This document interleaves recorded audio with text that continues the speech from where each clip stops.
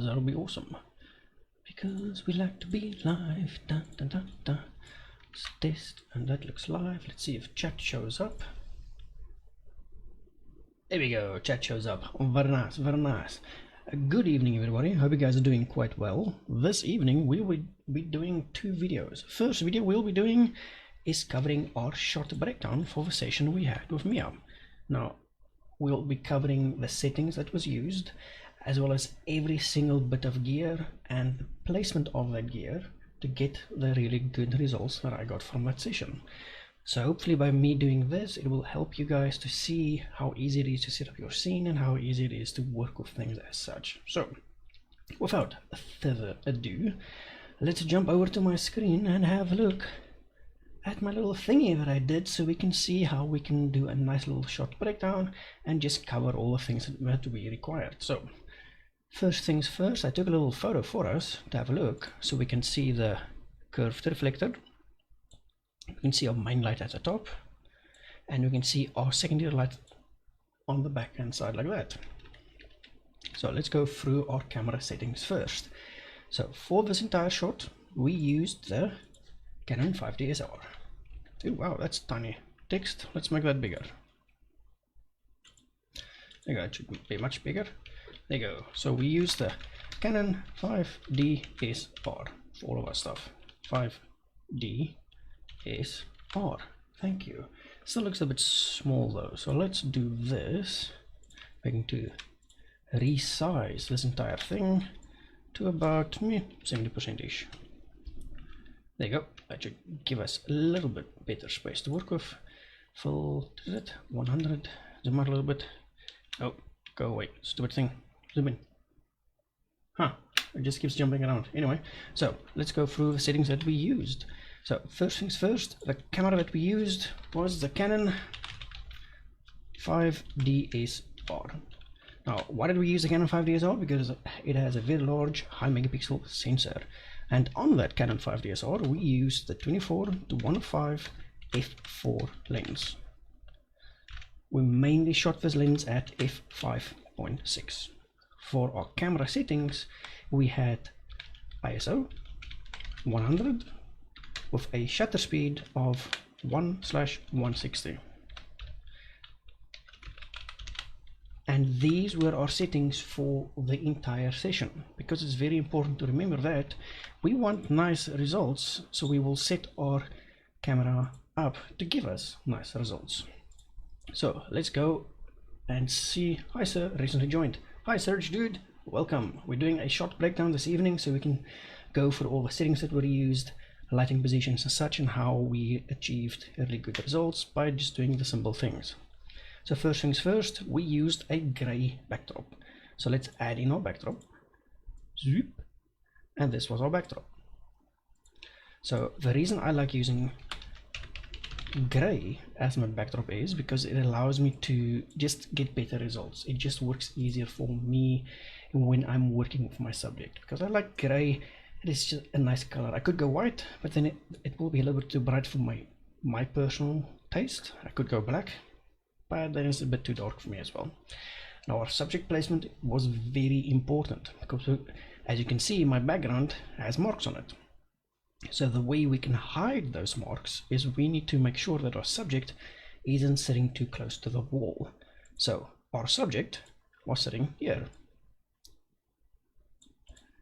at about, this was 1 point something meters away from the wall. So this was at about, let's say, 1.5 meters away from the wall, give or take. I think that is 1.5.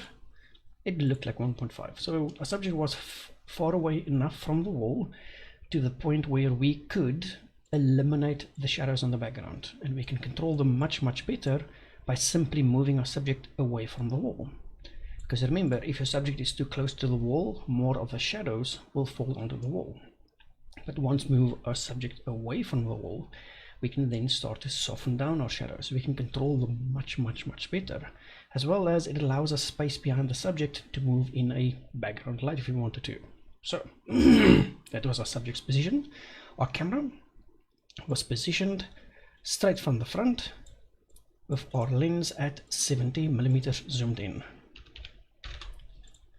Now the height of our camera was at just above shoulder level, looking down at our subject. So we had a down angle looking at our subject.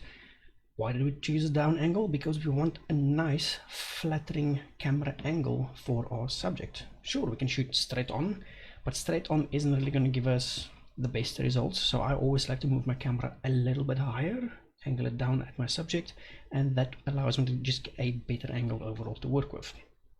So the first bit of gear we added on was our Godox MS300V, which is the top light. And learning something new. I had shadow problems. Now have ideas on how to eliminate them. Yes, hope my dude. If you have shadow problems, simply move your subject away from the wall. Create that distance, because once you move your subject away from the wall, the shadows will not fall on the wall so easily, and the shadows that do fall on the wall will normally be very soft, making it much easier to work with, as well as it just gives you better results overall. So the first bit of light we added on was our main light source. Our main light source in this case was the Godox MS300V, and this was added on at about this angle. As you can see, this is above our subject. Now the reason it is above our subject and aiming downwards is because we want to use this as a hair light.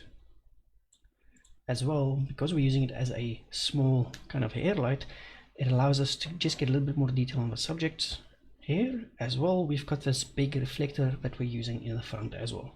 Now the entire idea of the reflector is, with this extra space, hey, good evening dude, welcome, thank you for joining.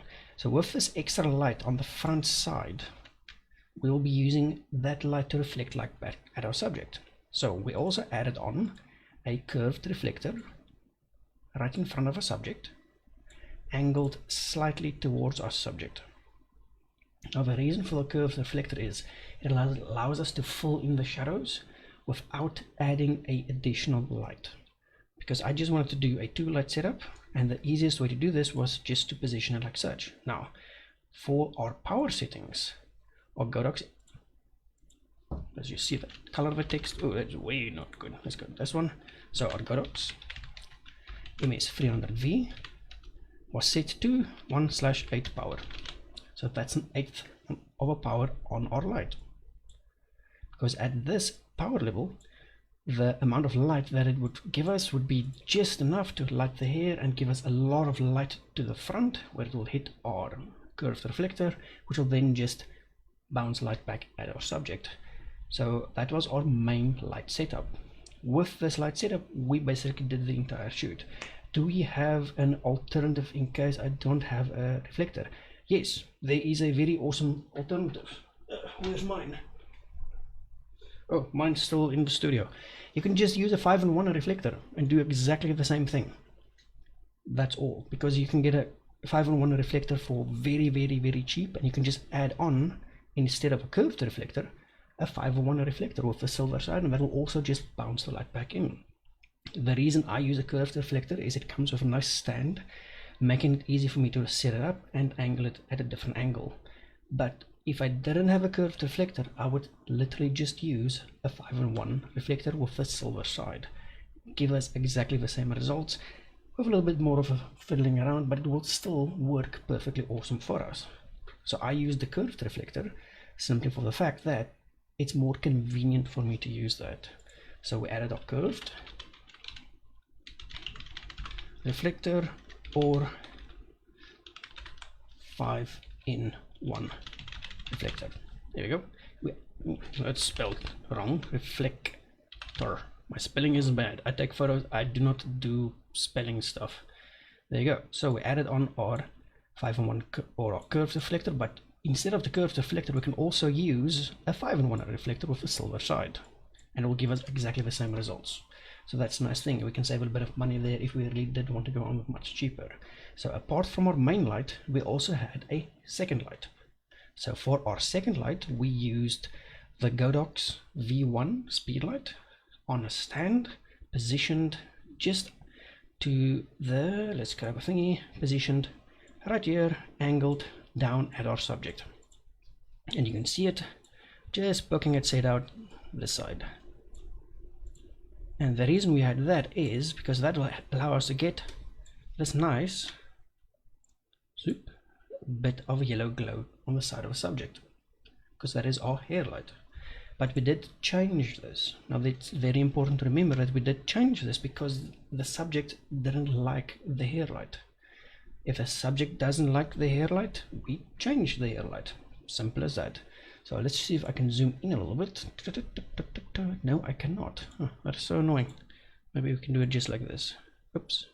It just goes in 25%. That's so annoying. Yes, so we set up a main light. We set up the Godox V1. The Godox V1 was set to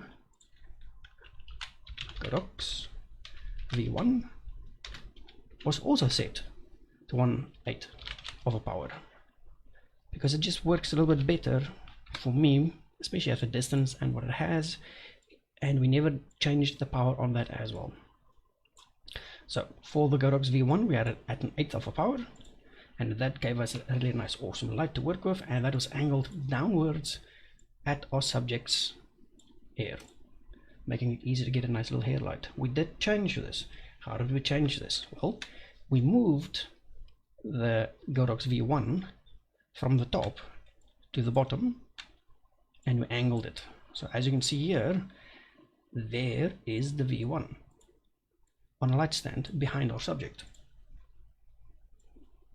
So we moved it behind our subject to get more light on the background, because the subject didn't like the hair light that we created, so we just changed it around a bit. So we still used two lights.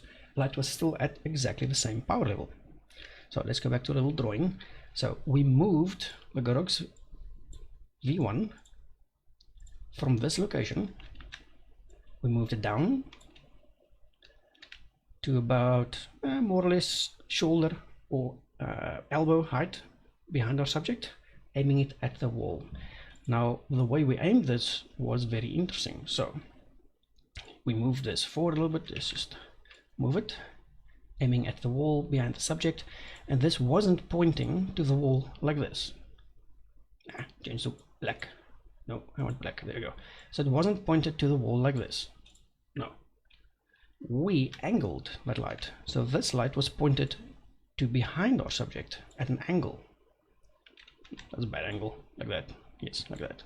Now the reason we wanted to angle that light is the distance we had between the wall and our subject didn't allow us to properly place the light with the stand that I had, so we had to keep to the side of the subject and just rotate it towards the wall so we could fill that little gap behind the subject, like this.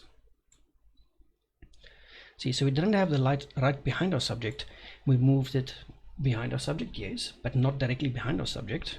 We moved it behind and angled it at the wall so we could get light on the wall behind our subject. Just works a little bit better as well. And that was about it. Then everything was set up correctly, and because everything was set up correctly, nothing changed from after we set up everything. Our lights stayed exactly the same power.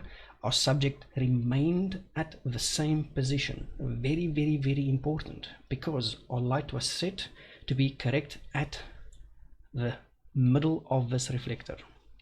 So if you zoom in, you'll see the subject is sitting at the middle of our reflector, and if you go down to where we ended the shoot, subject is still in the middle of the reflector. This is important because we want our subject to always remain at the same position, because that way we'll be able to get nice good light. Now you might be asking yourself, but how did that change affect our photos? Well, let's have a look. So this was the photo with our Godox V1 at the hair light position. See, so we got this really cool light. We got the hair light from the Godox V1, but then we changed it because the subject didn't really like the Godox V1 as a hair light, because they didn't like the orange glow that it gave, which is fine. We will change, we will make the client happy, which is not a problem at all. From here we moved our V1 to behind the subject so we can get some light. Let me get one of those photos for you. Which one will we take? We'll take this one. There you go. There you go. See, so we angled it so that it's behind our subject. So yes, we're still getting a little bit of a touch of light on our subject. Now the reason we're still getting that little bit of a touch of light on the hair is because our MS300 is still more or less above our subject, shooting light down towards our reflector, allowing us to get a small little clamshell of light, which works really well. Now because we had it angled down like that, the Godox MS300 still provided us with a nice hair light, and the Godox V1, which is aimed behind our subject, gave us this nice little glow behind our subject. And you can see the curved reflector in the front lifted those shadows just underneath our subject, perfectly nice for us. And even if we zoom in, you can see there's the curved reflector, and that's our catch light in the eyes, just making it a little bit easier to work with. So yes, it's a very easy, very simple setup to get awesome little results like this, which is cool. Now, using that specific light setup that we changed, we just basically kept shooting photos. Settings stayed exactly the same, and you'll see there's the V1 in the frame at the bottom. There you go. See, there it is in the corner, aimed at the background to give us a nice little light like that. It's really awesome and easy to use. So some of these shots that are a little bit wider, we will see the V1 creep in at the corner, and that's fine because that does happen. But yes, using that exact same light setup, we can get this, and we can see the catch light. There's a little reflector. Very important, our subject stayed at exactly the same spot, always in the middle of our reflector, because that is where we get the good light. If we move the subject to the left or to the right, it will change things. Moving the subject to the left, where's my brush?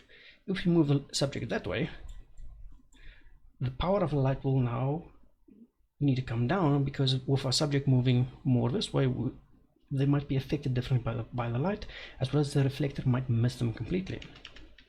If we move the subject this way, we will then lose the hair light completely, as well as the reflector light being bounced back to our subject might not look good at all. So it's very important, because we set up a scene correctly like this, that we always keep our subject in the correct same spot.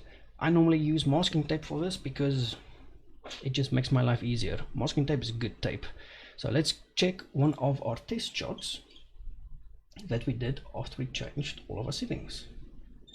Where is test shots? Test. Here we go. Here's a nice larger view of it as well. So this was our previous setup with the MS300 at the top, the Godox V1 in the corner for the hair light, and you can see the curved reflector for the catch light. It's at exactly the same position throughout our entire shoot. Subject was at the same position, making it very easy and fun and just effective overall to work with, because we like it. It's good. Anyway, do you have any questions in regards to the specific gear that was used? Let's talk about it. Now, I also have a comparison photo for you with and without the V1 on the background.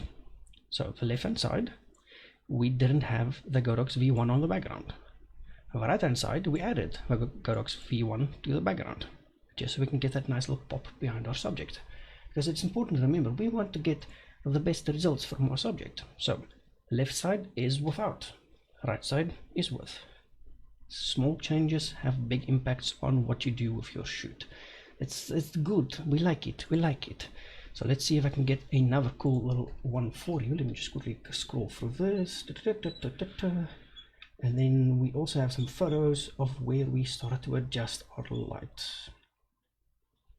Where are they? There we go. See, so on this one, our subject moved a little bit towards the left, which means our background light is no longer in the correct spot because they moved a little bit, but then they just moved back to the correct spot and everything was sorted out again. So it's just small attention to detail to your subject placement, which will affect your photo in a large way. See, there we can see the V1 throwing a shadow. That's fine. There you go. And you'll see everything will always be exactly the same with our catch lights. There you go. See, our catch lights will always be exactly the same because the subject is always in the same spot. So there you go. That was a nice, fast and easy little shot breakdown. Just wanted to show you guys what I did, how I set up my lights, settings that I used, and it's just also cool. I always use exactly the same camera settings for all my stuff. I like using the f5.6 on my lens. I like using my shutter and ISO at exactly the same settings for all of my shoots, because that's why I know when I set up my stuff I will always get nice and consistent good results. Remember, if we want to increase the power or exposure in our shot, we would change the power. If we want to decrease exposure in our shot, we would change the power on our flashes. We never change the settings on our camera, because our camera is set to give us the perfect sharp results we need from our scene, because we control the light in the scene. So remember, that's very important when you do position your lights and set everything up. Set your camera to give you the really good, nice, clean, sharp results, and compensate everything else in the scene with your lights. It just makes life easy, fun, and it allows us to get really cool results. So anyway, stupid nose. That was a little short breakdown for the shoot and session with Mia. It was quite a fun little session. It did also allow some really cool behind the scenes stuff, so I could show you guys some cool stuff. But hopefully that was entertaining for you, and hopefully you learned one or two things in regard to how you could set up the same setup on your side, more or less, and still get really awesome results. Now, to give you an idea, my entire studio light setup is still less than 10k when you buy everything brand new, which is cool. My light is like 2,500 for the one. The V1 is a little bit more expensive, but you do not need the V1, and the curved reflector is another 1,000 something. It's cheap stuff. It's not that expensive. To set up a complete mobile studio like this is definitely worth the money, because it allows you to get good results, because this wasn't shot in studio. It looks like it's shot in studio, but this is just my mobile studio setup. I throw all the stuff in my car's boot and I drive to a subject and I go set up my studio there. It takes a bit of time beforehand, but that allows us to communicate with our subject before we start the shoot and just get everything dialed in nicely. So anyway, thank you very much for joining. There will be another live video in the next few minutes actually, where I want to go over the way that I would normally set up and deliver my photos to my subjects after the shoot's done, all the editing and stuff is done. So I'll catch you guys again in the next few minutes for another photography 101 session in regards specifically to how I export my photos to get nice awesome results when posting on social media, as well as how I deliver my work to my subjects. So that video is coming up next. I'll catch you guys in a minute or two. I'm gonna go make coffee. I like coffee. Then we start the next session. See you guys soon.